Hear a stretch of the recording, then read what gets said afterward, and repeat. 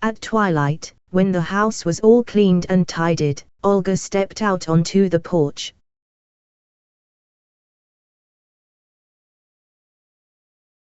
Carefully, she took a white accordion, her father's birthday gift, from its leather case.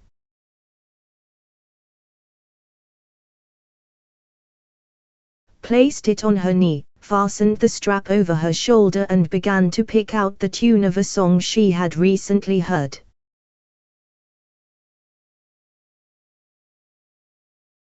Ah, if only just this once you would come back safe to me.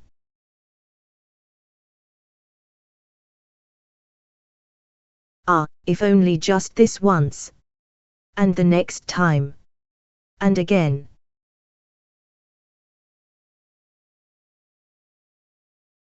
But you'll never understand flying fast above the land, how long and slow the waiting for your plane. Ah.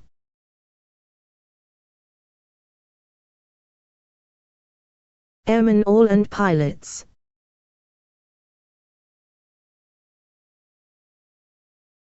Bombers all and fighters.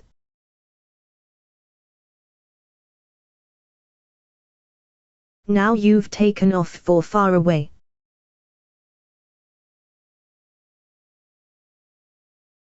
When will you come back to me?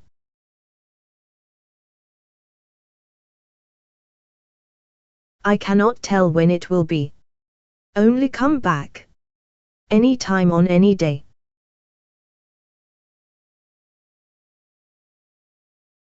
As she sang, Olga glanced up warily every now and again at a dark clump of bushes near the fence.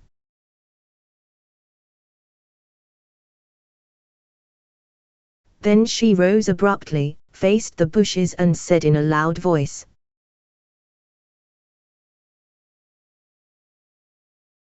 "Look here."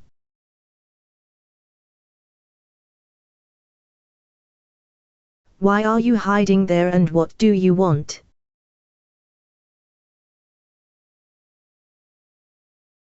A man in an ordinary white suit emerged from behind the bushes.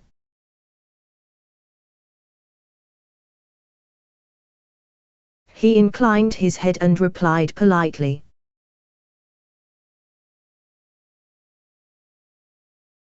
"I'm not hiding.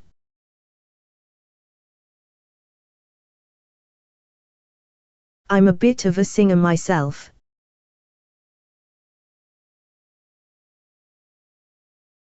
I didn't want to disturb you, so I stood and listened.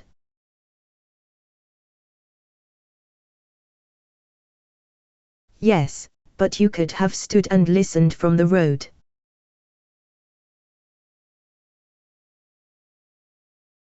Why did you have to climb over the fence?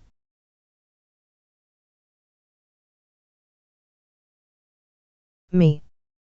Climb over the fence? The man was obviously offended. I beg your pardon, but I'm not a cat.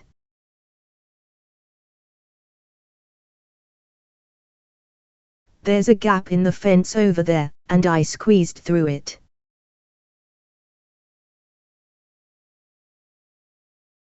I see, said Olga ironically. Over there, however, is the gate.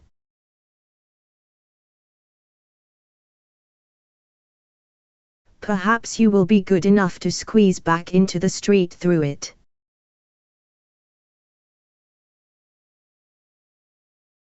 The man did as he was told.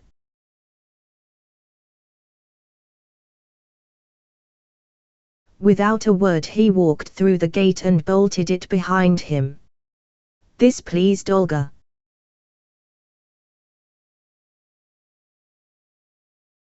Just a moment, she called, coming down the steps.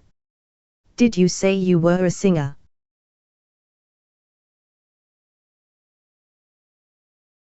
No, he replied. I'm an engineer, but in my spare time I sing in the operatic society at our works.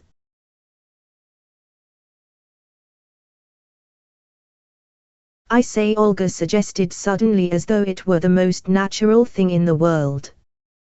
Would you mind seeing me to the station?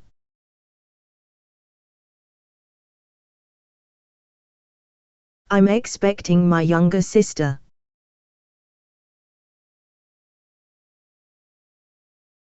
It's quite late and dark already and there's no sign of her.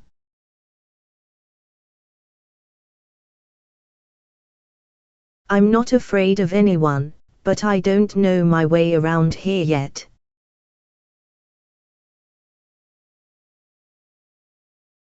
Wait a moment, though. What are you opening the gate for?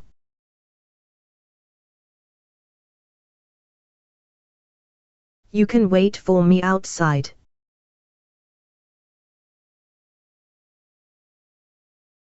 She put the accordion away, threw a shawl over her shoulders and stepped out into the dark street that was scented with dew and flowers.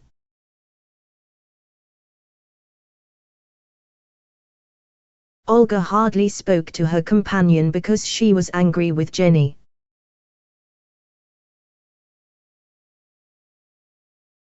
He told her his name was George Garaev and that he worked at a motor works.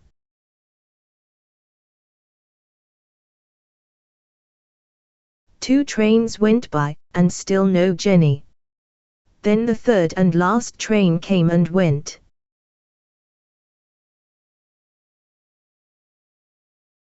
You can't imagine the trouble that kid causes me, Olga exclaimed. If I were 40, or at least 30, then it would be different.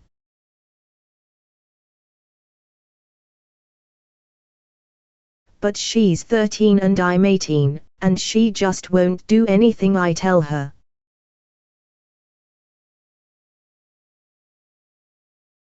No need to be 40, George said firmly. 18's much better.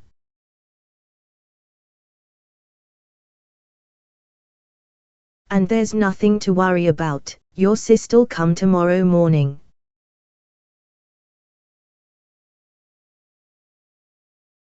The platform emptied out.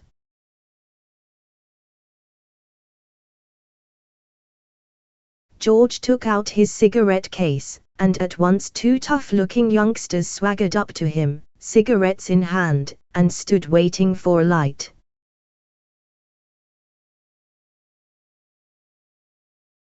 Young man, said George, striking a match and holding it close to the older boy's face.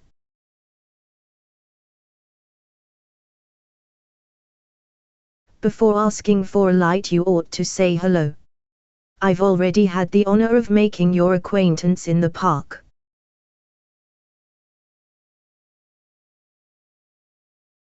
Where you were so diligently pulling a board out of a new fence.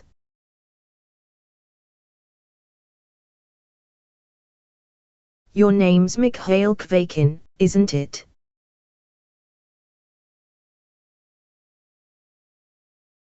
The boy backed away. George blew out the match and offered Olga his arm to walk her home.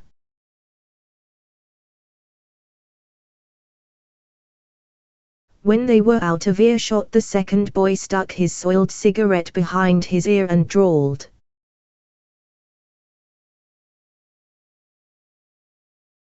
Who's that agitator?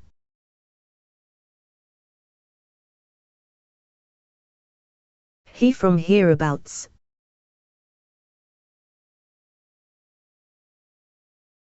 Ahu Kvakin, said Riley. That's Timur Garaev's uncle.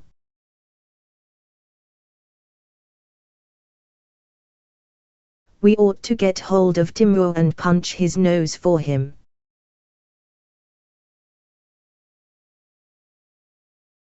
He's gone and got a gang together and it looks like they're out to get us.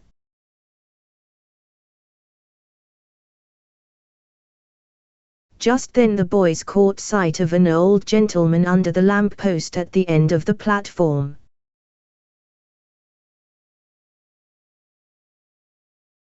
He was walking down the steps leaning on his stick.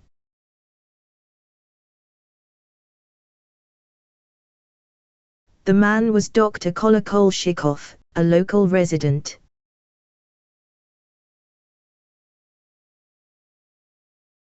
They rushed after him asking loudly for matches.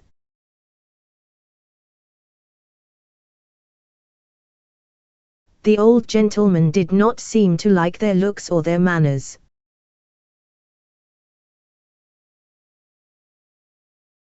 For he turned round and brandished his gnarled stick at them.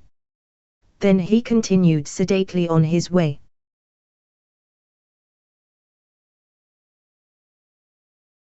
Jenny did not have time to send the wire to her father from the station in Moscow.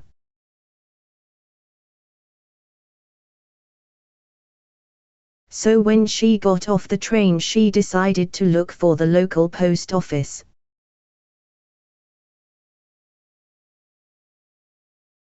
She sauntered through an old park, gathering harebells, and did not notice how she came out to a crossing of two roads bounded by gardens.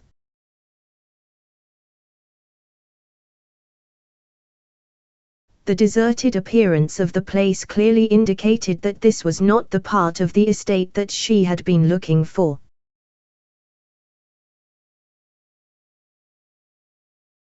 Not far away she saw a small, agile girl who was pulling a stubborn goat along by the horns and cursing it roundly in the process.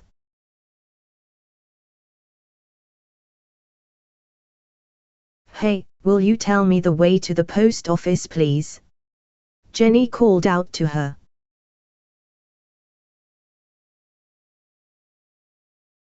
But just then the goat wrenched free, tossed its horns and started across the park at a gallop with the wailing girl in hot pursuit.